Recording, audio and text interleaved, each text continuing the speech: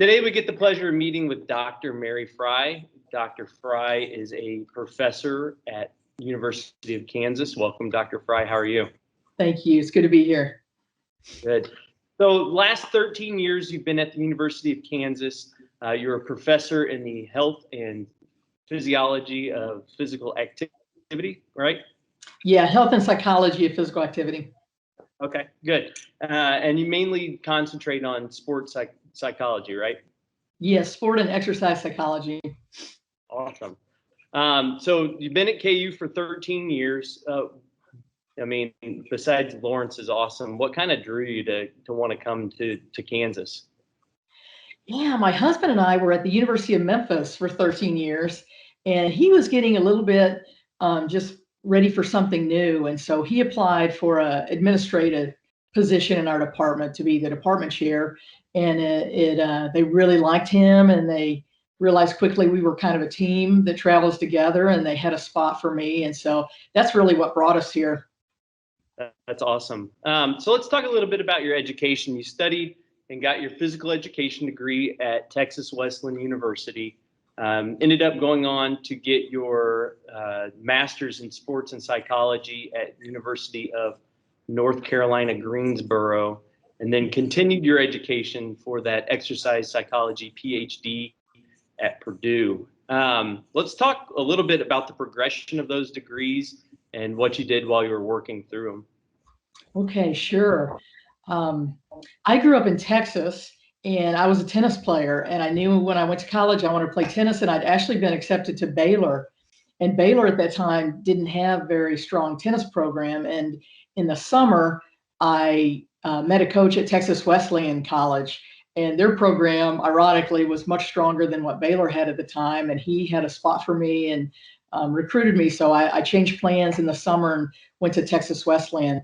And I had a hard time deciding on a major. I really liked taking religion classes, but I wasn't sure I wanted to major in religion. And I really enjoy English and psychology a lot. But I ended up going with physical education and English as a second teaching field. In Texas at the time, you chose either elementary or secondary. And if you went secondary, because you want to teach in a middle school or high school, you needed a second teaching area. And so right out of school, I was offered a job at a large high school in the Fort Worth area.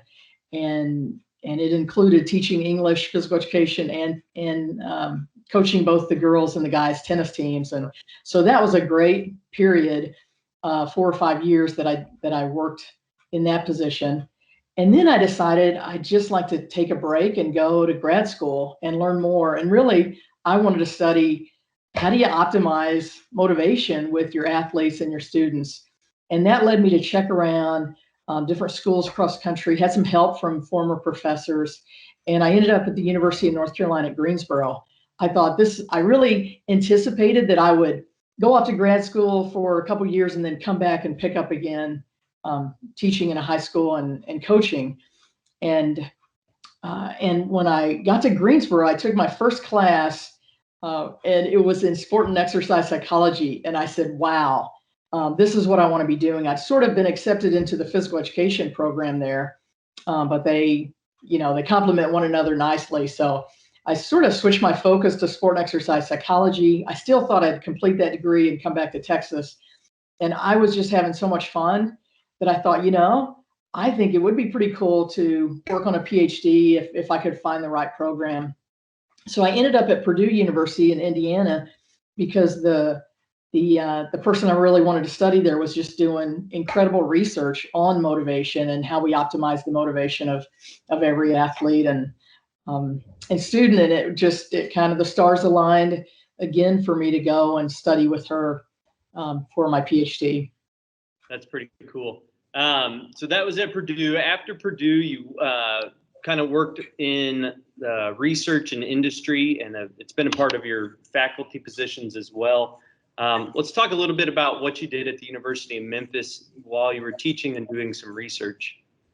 All right. I was hired there to start a sports psychology graduate program. They didn't have anything at the time, but also they needed help in their physical education graduate program. So I was kind of crossing areas the first few years I was there as I developed the courses and the program. And then a few years into it, I was really just focused on sport and exercise psychology, teaching those kind of courses at the undergrad and grad level. And they had a master's program, but no doctoral program there. And so, after a while, it's pretty fun to have doctoral students. And that was one of the pluses of then coming to KU, have both of those. Cool. So when you're developing a program like that, what goes into kind of creating the classes and the coursework? Yeah, you really step back and just think, what is the coursework that we think students would benefit from the most at the master's level and then at the doctoral level? How can we put the strongest program together with the resources that we have? And it goes through different channels. You write, course syllabi, and then it has to pass through different channels through the university to be approved, as does an overall program. So it's quite a bit of work to pull one together, and but also just a lot of fun to be on the ground floor and be able to have some input into that. Yeah, absolutely. So while you've been at the University of Kansas, you have developed 8 classes. And I got the pleasure of having taken one of those classes back in, I think, 2009. I really enjoyed learning about, just like you had said, the motivation and how to get the most out of people when they're trying to perform in a sport that is already hard enough to be able to do the physical activity. What are some of the key things that that we're looking at when we're talking about exercise psychology? Good. And I loved having you in class too, Drew. I just remember that semester, and you just were somebody who could make those connections to from research and literature to sport. And so it's just always fun on the instructor side to have students like that. Yeah, I think there's so many interesting topics in sports psychology. There are so many theories of motivation, and I choose a couple that are really focused on, one, how can we help athletes kind of gauge success based on their effort and improvement, and worry less about how they compare to everyone else. Because once we get worked up about how we compare all the time and just our stats, it just can be distracting from just being the best we can be at the moment and learning from our mistakes and getting up tomorrow and doing it again and keeping that. And then also just to focus on intrinsic motivation. That's motivation where it's not about the outcome we're just focused on loving what we do. And honestly, it makes me sad to see how many young athletes feel so much anxiety, just playing on even a JV team, whatever. Sports should be fun. And it should be just about working together with our teammates. And so we just talk a lot in our courses about how to make it fun, how to create positive environments. We discuss a lot about mental skills. How do we help athletes use goal setting and imagery and just reframe their thinking to be more positive and all those. So they're really fun kind of classes to teach. Yeah, absolutely. So going from the undergraduate level class, the senior level class, to maybe some of the master's level and PhD levels at KU, how do those differentiate in between the distinct levels for the classes, as well as kind of the special coursework for your master's or your PhD? Yeah, that's a good question. So, I'm not sure everyone would see it this way, but the way I kind of see it or frame it is that at the undergrad level, I'm trying to really package material in an easy to understand way. Our readings are, more just cursory in general. And then as you step up and you go into that master's program, my goal is that people who come out of that have developed the skill of being able to read the research and understand it and kind of critique it and just say, hey, here are the strengths and weaknesses. Here's what we can take from this and learn and make us better. And then at the PhD level, people are learning to ask interesting questions and conduct original research that really contributes to the field. But there is so much good research in sports psychology. And one of the things we have to keep working hard on is translating that research and getting it out for people who are physical education teachers and coaches and parents and athletes and all that group. So with those classes, those master and doctoral program classes, the level of emphasis with being able to, think about what they are doing and applying the research towards coaching. Let's talk a little bit about how the research and then the application to, actual coaching goes. Yeah. Just from an applied standpoint, there's just real skill sets people can develop within sport and exercise psychology to go out and work with teams and athletes. And so I'll just give you an example. In class last week, people were presenting on things they put together, like a team building session that they would go out and deliver to a high school baseball team. And then we just have a chance to talk about it, what they did, how they put it together. And we just kind of learn that team building is such a skill, and the big part of the skill is not just put some fun activities together that athletes might like and have a good time with, but how do we take that discussion deeper and help athletes just see how it's a skill to be a good teammate, and how it takes everybody's work to be a team that really has that glue to stick together and support everyone. And so being able to lead those kind of discussions and just think about, hey, are we genuinely happy when our teammates do well? And how can we reinforce that more? How can we be supportive and just cut out some of the things that maybe hurt people sometimes and keep them from being the best they can be on a team? Yeah, absolutely. So with like individual sports versus a team sport, what are some of the key aspects that an individual can do? Say, take swimming or golf or wrestling. You're still a part of the team, but you're competing against yourself, basically, for your own score or your own time. What are some things that, like that Michael Phelps commercial, you got to train the brain about, being able to have the mental mindset to perform at your best? Yeah, a couple of things I'd say there. I just kind of look at every sport as a team sport. Because I think like you shared your coaching golf right now. And so, yeah, athletes are out there and it's kind of, they end up with a score at the end of the day. But for your golf team to be all it can be, it's really helpful for them to get to know each other well, to support each other, to look for ways to bring out the best in each other. And so I think sports psych has so much to offer from that aspect. From an individual aspect, I mean, just across team and individual sports, but I think athletes can develop these skills to be able to manage their level of arousal. Sometimes we're just too jazzed and too hyped out there, and we need to just bring it down and bring our heart rate down. We have skills within sports psych to be able to do that, or to use imagery to see ourselves performing the way we want to, right? Or having fun, or giving high energy, or just having that never give up mentality. All those things just help us consistently perform our best.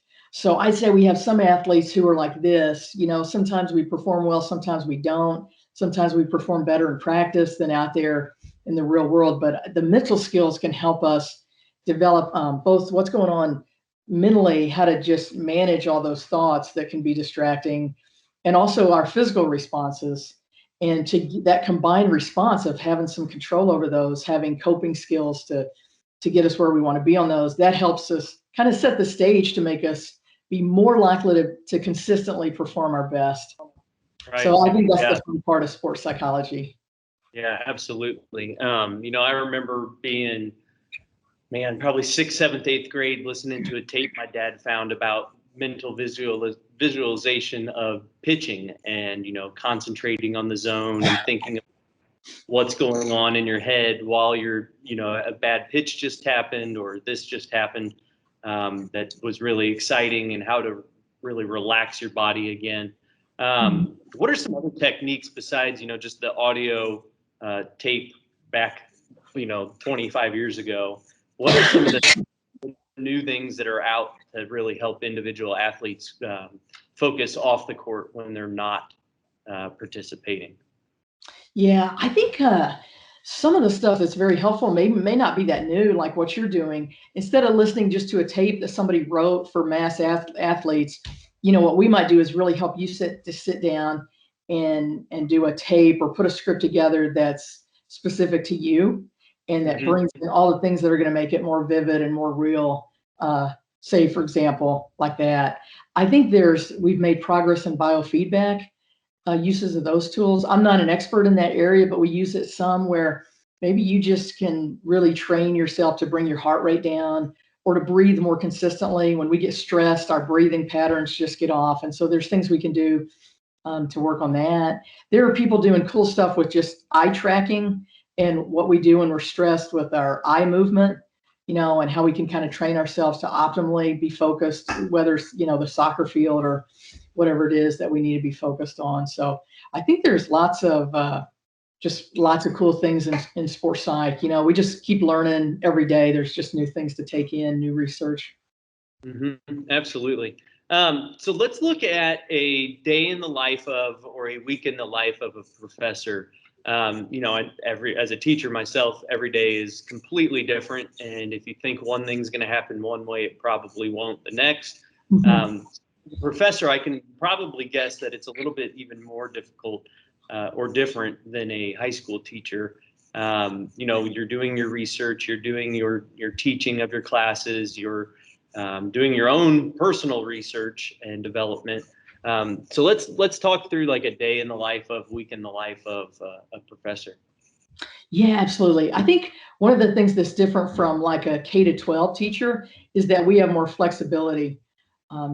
So at KU, my position is I teach 2 classes a semester.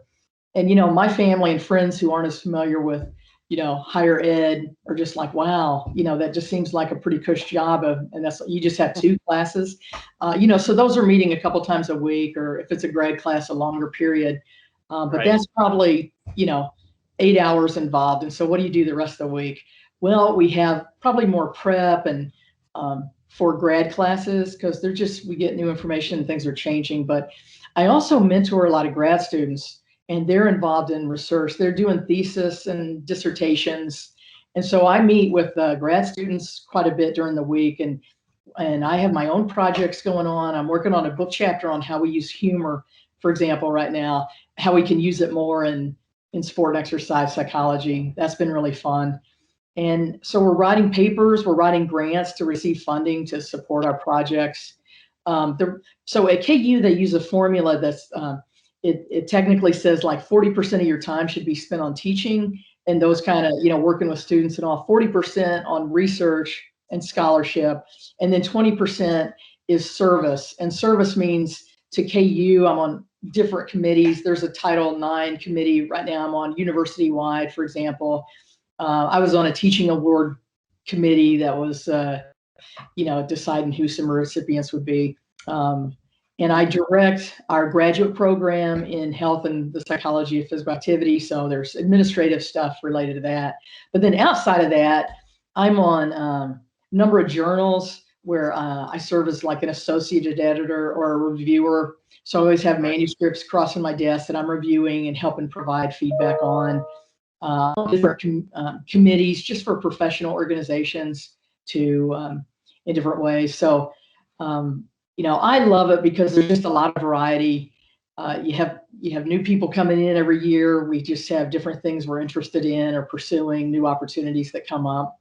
And, I love every part of my job. Probably just the committee work is my least favorite, but I really enjoy anything involved with students. Always is my favorite activities. Absolutely. Let's look at those undergrad and graduate and PhD programs that you have. What is a typical length of the program and classes that include exercise psychology? Okay. At the undergrad level, we don't have a degree program specifically, and there aren't very many around the country. Like Texas Christian University is one of the few that you could go as an undergrad and major in sport and exercise psychology. So most people would either go the exercise science route, and like in our department, students can come in and take exercise psychology at the undergraduate level course, sports psychology. They can get involved in our lab as a volunteer assistant. They can take a course on research in sports psychology where they're involved with projects we have going on. They can do an independent study or a practicum and get involved in different ways. So we really need to put together a minor in sports psych. We don't have that right now, although people kind of do it just on their own. Right. So that's what's going on at the undergrad level. At the master's level, it's typically a 2-year program at KU for most students. Although I have a Fulbright scholar coming in from Hungary we're gonna cram it all into 1 year because that's the funding she has, and she comes in with a really strong like pedigree and has already had some stats and all. But I mean, we can kind of make things happen sometimes. But I think to really just enjoy your program, have time to process and get involved that's a good way to go. 2 years. Also, I'd say with our master's program, we have 2 routes. So people can do a thesis route, and a thesis means part of kind of at the end of your program, you're doing a project, maybe with a group of coaches or athletes, and just on a topic you're interested in. And that can be a lot of fun for people. And at KU, I really try to help our master students do a high level project where it's something they could get published in a journal by the end of it. But the other route is for people who say, man, I just know I'm going back to be a coach, and I'd rather, instead of doing the research project, take another 4 classes or something that would give me a chance to take something maybe on nutrition or positive psychology or something really specific to working with adolescents. So you have that. At the PhD level, you're really choosing your program based on this faculty member out there you want to work with. Right. That's doing cool stuff that you want to come and hang out and kind of be mentored. And you really are able to put your own program together. I mean, faculty have to agree and kind of sign off on that plan. But if you're really wanting, like at KU, some of my students are focused on like exercise with older adults, or just exercise with college students, like general physical activity. Other students are like, I'm on a path, I want to work with the elite athletes, or I want to be a youth sport expert, or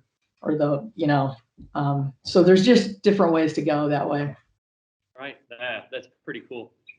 So you talked a little bit about grants and proposals, and I noticed that you were in or have been published in around 60 or more out there. What are some that are kind of stick out to you in recent memory? Okay, gosh, there's just a number. I'll just mention 3 areas that we've published in. So one is when I first got into my doctoral program, I got interested in kind of what's going on developmentally with children. And Drew, you'll appreciate this, having kids that are like 7 and 4. But one of the things we know is that kids, they're not really cognitively developed enough until they're at the age of 12 or so to distinguish effort, the concepts of effort and ability. So when you're 4, 5, 6, you kind of think if you try hard, that means you're good and you're going to perform well. And kind of you're less aware that somebody might really be more talented or gifted than you. And that's a good thing, that kids don't really pick up on that until they're wrapping up elementary school. And about that time, 6th grade or so, kids kind of realizing, wow, somebody's really good at this, and I can try hard, but I'm not going to surpass somebody today on that, right? If I work hard, I can keep improving. So I did a series of studies that really tapped into that in the physical domain that were really, really fun. I love one study that we did. We do a lot of work in the area of caring, and how much athletes perceive their coaching and their team environment as being one that's caring, where people are treated with kindness and respect, and you just feel a sense of belonging, right? And that's special when teams have that. And so we've done a lot of research, and we know that when people perceive that caring climate, then they try harder, they have more fun, they want to keep playing on that same team, they have better relationships. But we did a study that was linked to emotional regulation, and we found that when you're in that caring climate, then athletes are more likely to be able to express joy when good things happen, and to be able to just kind of keep in perspective life when things aren't going as well for them. And so instead of nosediving when things go wrong, go bad, or they have a bad day or bad performances, they're just able to deal with that better. But also when good things happen, just to be able to, express it. And I think those are 2 things that a lot of adolescent athletes and even college athletes, just feel a shyness and a sense of not feeling comfortable expressing themselves, being who they are. So that was cool. And maybe just one more. We did a study where we created 2 environments. One, a really competitive, what we call ego involving climate. It was about who's the best, and those are the people that get the recognition. And then one where we had a more caring climate that was just focused on, hey, everybody come today, do your best, right? Support each other. Let's have fun and let's learn this new skill. We taught people how to juggle who didn't know how to juggle in these 2 climates. and we measured cortisol, and that's a stress hormone. Right. And we found that for the people in this really hyper competitive environment learning to juggle, their cortisol levels just skyrocketed across the physical activity time. And actually it went down for the people in this kind of caring, supportive climate. So I thought these are interesting studies we've done, because it just shows that it's not just affecting us mentally when we're in these kind of negative environments, but it's affecting us physically. So, you just feel bad for athletes who are coming to sort of negative environments every day across the season and what that's doing. Cortisol is not something you want to have elevated. It's just not good for us physically. So I think that's a connection between psychology and physiology that's been really fun. Yeah, that's pretty cool. And then recently in 2020, you had a book that came out, was published, summarized about 15 years of research, I believe, called The Coach's Guide to Maximizing Youth Sports and Experience, Work Hard, and Be Kind. Can you talk a little bit about your book? Yes. Thank you for bringing that up. We had so much fun writing this book. And honestly, we've conducted a lot of research, and we speak to coaches and we speak at conferences, and people come up and say, wow, the research is really compelling. I think I want to do a better job of creating this caring climate for my athletes. Do you have anything that's just you can give me some direction? And we really didn't. We had kind of little pieces here and there. And so we wrote a little book. It's very applied. It's for anybody out there working with athletes or even exercisers that it wants to create a more positive and caring climate. It just is chock full of lots of little strategies people could consider. And it's not that everybody should do all of these. It just gives you ideas of things to do to bring out that caring climate. That's pretty cool. So when you're coming up with grants and proposals, how do you decide what you're going to research? All right. Well, we really specialize in how to create optimal environments. So we're just always looking for grants that might provide some funding for us to work with a specific group. A couple of years ago, we worked with athletes on the Zuni Reservation, an indigenous group that's in New Mexico, Zuni, New Mexico. And we had some grant funding from Billy Mills and his foundation, Running Strong, to pursue that. Recently, we've been working with some colleagues in the biology department. We've written a National Science Foundation grant to help all of their instructors create more caring climates within some of the STEM courses. We find that sort of underserved groups and minority groups sometimes don't stick with those STEM professions of engineering and science and of the sciences. And so that's kind of a fun way to write a grant to pursue that. So we're just looking at things that allow us to work with a group. Looking for a group now. We've worked with the Juvenile Justice Center in Topeka, and that's kind of the high security prison for kids in the state. And we've done some work there, and we'll be looking for a grant where we could continue that work and provide mental skills training and positive life skill development, things like that. Right. Yeah, that's pretty cool. So what is something that you're most proud of over your 30 years of being in the field of sports psychology? Probably number one is just the opportunities I've had to work with great students. They just make it fun. I learn so much, and it's just so cool to see all the things they go out and do. About 10 years ago, for a 3-year period, we ran a program called Strong Girls, and I'm probably as proud of that as anything I've done in my career. And we created this program to really create a positive environment for kids. They came to KU on Wednesday afternoon. The program was for adolescent girls, and we had this host of college female students that we partnered up. So every college student had an adolescent local student here, and we did positive life skills and physical activity. And we just built these relationships across the semester that were so, hopefully great for the kids that came, but unbelievable for our college students, just the different ways that they grew and learned. And when I partnered with Teresa Brown, one of my former doctoral students, and when she graduated, the program had just grown and got so big, and we couldn't land on a grant that just kept it going, and it had to stop it for a little while. But we're bringing it back this fall, and we've partnered with the Women's Intersport Network, Win for KC. Yeah, and they're just super excited to to work with us. And so now we're providing the curriculum and this training for our leaders, and they're doing a lot of the logistics and all that just kind of overwhelmed us in our program. So that's super exciting. I've been spending a lot of time on that. Yeah, I've looked into some of the Win for KC stuff, and they have a lot of really cool stuff. I know they run a triathlon and some other local stuff here in Kansas City, which is pretty fun to watch. What's something you regret not doing during your career? When I reflect back, I'm kind of an introvert. And I think when I was kind of going along, I could have done so much more to take advantage of opportunities just to meet more people and ask questions and learn more. And I just tended to be somebody who was really comfortable sitting back listening, so I took advantage of some opportunities, but I missed out on some.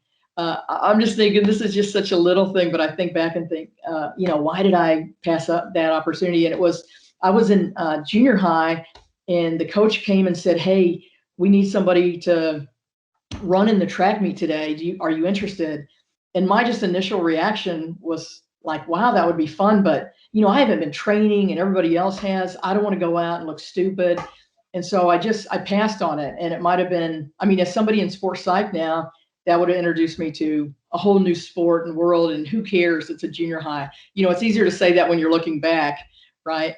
But I had an opportunity in high school to take Spanish, but it was later. It was like my senior semester, and I was talking to the Spanish teacher, and she said, "Oh, you should come and be in my class." But I've missed out on all this. I would have been in like Spanish 2 or 3, Right. and I was afraid it might distract from my last semester of tennis, that it'd just be too much. And there was a no pass, no play thing at the time. So if you failed something for 2 weeks, then you had to be out of your sport. And anyways, just Yeah. so many, just little things. Just get out of your comfort zone and go for things. I think would be regrets.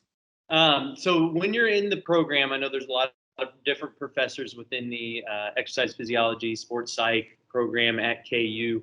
How does the relationship with those different professors work, and how do you guys work together to benefit students? Yeah, I think it really varies. My husband is in exercise physiology, and our whole careers have enjoyed partnering together. And, it just kind of varies. I think we have a faculty member in athletic training, and she just sees the benefit of sports psych. And we talk a lot about different ways to incorporate the work we do. But other people might have a really different research path and not see as much opportunities to partner. So I would just say it varies, but it's fun. That's when you're doing meaningful research, when you can pull in across different areas. That's cool. So a lot of people joke with me for being a PE teacher and being able to, play all day with kids or teach swimming and jump in the pool and splash around for a couple hours. What are some of the benefits of working for a college that's specifically KU? Well, one is it reminds me of a quote that youth sport coaches are the most important group of people in the world, and I'd throw in their physical education teachers. So it's easy to dismiss the power that comes in that of being able to teach people to love being physically active, and if everyone took that with them through life, we'd have a whole different world going on. So I salute you every day, Drew, for the important work you do. Your question is, what is cool about KU? KU just is a place that has unbelievable resources. Our library system, there's nothing we can't track down quickly. There's grant sources, like students can get funded each year to go to a conference or to do some research that they're interested in. Those are really cool things. Just to have colleagues that are experts around campus on so many topics right here, basically at your fingertips. And just really good students that are passionate and come and just want to make the most of the opportunities they have. So yeah, KU's pretty amazing place to work. Pretty cool. Professional development as a professor and like personal development as a person. What are some of the things that you do or need to do for continuing your professional development as well as some of your personal development on your own? Yeah, I think it's just a fun thing to be a college professor because you're just somebody who wants to keep learning all the time. I go to at least one conference a year, probably more like two to three. I have a group, the group you mentioned in the book, and I wrote that with four other colleagues, and we call ourselves the posse. We all went to Purdue, and one year at Halloween we were at a conference and we dressed up as a posse, all in Western gear. And so we've just been known, but we over 20 years ago, we started having our own little mini conference every year. We get together once a year, and that's what led us to get really interested in studying caring within sport. But those four colleagues of mine are just a huge source of professional development. To hear the cool things they're doing with their teaching and to collaborate on research, all of that. So I've been really fortunate. Just to have a lot of opportunities. Right now, there's so much with what's going on with social justice in the world. That's an area I'm just trying to learn more and more about and get involved in how we can kind of make a more fair and just world for everyone. So I've been sitting in on a lot of, webinars and sessions just to think how we can do a better job teaching, incorporating these topics. Just was on something the other day with trans athletes and learning more about that whole topic and what's going on. Cool. So after 30 years in the industry and 30 years in education, what are some more of your career goals as you wind down possibly your career as a professor? What is something that you want to try to achieve in the next, 5-10 years? Yeah, I think a couple of things. Right now, I'm the only person in sports psych at KU, and I just hope before I wrap up my career that we could add another faculty member and just have I think we're just on course to be a tremendous program out there nationally. We already have some recognition, but having another person would be huge. And then I think a lot of my research has been focused on the benefits when athletes perceive a caring climate. And honestly, we've kind of blown that out of the water. It's just clear that that in so many ways, creating a caring climate, it just sets the foundation for athletes to be the best they can be. What we know less about, some but less, is how we help coaches develop those skills to be able to create that caring climate. So I'm really excited about some of the projects we have lined up here in the next few years to look more longitudinally. By that, I mean across a season.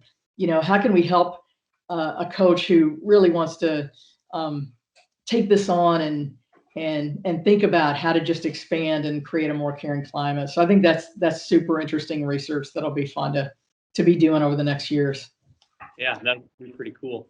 So looking back, from high school, college, and early teaching years, what's something you wish you would have known in high school or college that would help you with your career now professionally? I think it just goes back to getting out of your comfort zone and just meeting people and not being shy to ask questions and to shadow people and to, I've always just been a big reader, but just to branch out from that. And I think those are the things, for example, at KU, I have undergraduate students that come in and volunteer in my lab, get involved. And some of them, maybe they just have a 3-hour block a week, but they come in and I hear so often that they say, wow, when I went for this job and talked about the experience I had with this, they were like, really, tell us more, for example, Strong Girls or whatever it might be they got involved in. And so just kind of looking for ways to build those experiences and not just, looking at what job can I get that just brings a little money in, but what job could I get that'd be a great experience for me? Just like that. Right. Yeah, absolutely. So with your book, we're going to look at the name, the Coach's Guide to Maximizing in Youth Sport and Experience, Work Hard and Be Kind. What's another book that you might recommend to a high school or college student that is interested in getting into sports psychology? I'm going to throw out two. Okay. One is called Elevating Your Game. It's by Jim Thompson. Jim Thompson is the founder, and he was the CEO of the Positive Coaching Alliance. That's a group that's housed out in California and has done an amazing job just contributing to youth sport and making it better. They have a website, pca.org, that anybody interested in sports should go to. But it's a little book. It's an easy read. It's probably half an inch thick.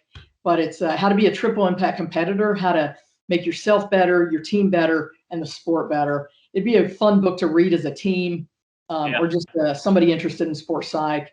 And then for somebody who's a little more serious, I'd recommend a book called The Pursuit of Excellence by Terry Orlick. And Terry Orlick is a Canadian sports psychologist, works with a lot of Olympic and high-level athletes, and also has materials out there for kids as well. He's just one of my favorite colleagues out in the world. And he kind of shares all these stories of athletes he's worked with a long time. That's awesome. Yeah, those sound, I've heard of one of them, but I think that those would be really cool books to kind of dig into. What's a product that you use on a daily basis that helps you with your job duties with sports psych? Yeah, this is going to sound silly, but a chalkboard. My students just laugh how much we have this massive chalkboard we just carry all around our lab, and it's huge. We can turn it upside down and start something new. It's on the front and the back, but we spend a lot of time brainstorming and just talking and trying to be creative and just planning projects or class or whatever it might be out. I think in sports psych, it's just a lot of books and curriculum, and we do some biofeedback. So we have some equipment like that. Like I'd mentioned, somebody could hook up and just monitor how many breaths they're taking per minute and go through an exercise to try to be more consistent on that. And do some things like that. But in our lab, it's kind of simple. I'm not sure what else I'd say on a product. Yeah, no, I like that, the brainstorming and being able to just think and connect ideas together, throughout different pathways. That's pretty cool to be able to just have that available and see how they all connect. So 2 more questions. These are kind of just fun, goofy ones. If you dislike fill in the blank, then being a sports psychologist is not for you. I think I just say if you dislike variety in your life, then sports psych isn't for you. If you dislike kind of not knowing what's going to happen today or working with a different group of athletes or things that might not be. But I might switch that question around and just say, if you do like just learning, if you're somebody who just likes to keep learning every day and being around cool people, I think sports psych's a great profession. That's a great one. I'm going to definitely add that into some more of my interview.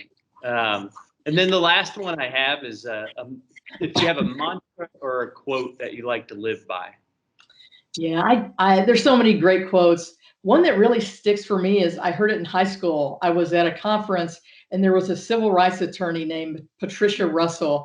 And I've just remembered all these years later, she said, you only go around one time and this ain't no practice run. And it resonated with me when I was just a high school student, and it still does today. It's just a reminder that this life we have, it's a gift every day. And what a shame if we're just not, giving it the best we have. That's awesome. I really like that. It's a good quote. Well, thank you so much for spending your afternoon with us today. We really appreciate it. Our students are going to love hearing what you have to say about sports psychology. And just want to thank you again for coming on. My pleasure, Drew. And I'm always happy to answer questions. If anybody wants to follow up or if I can help in any way, let me know. Perfect. Thank you so much. You bet. Great to see you.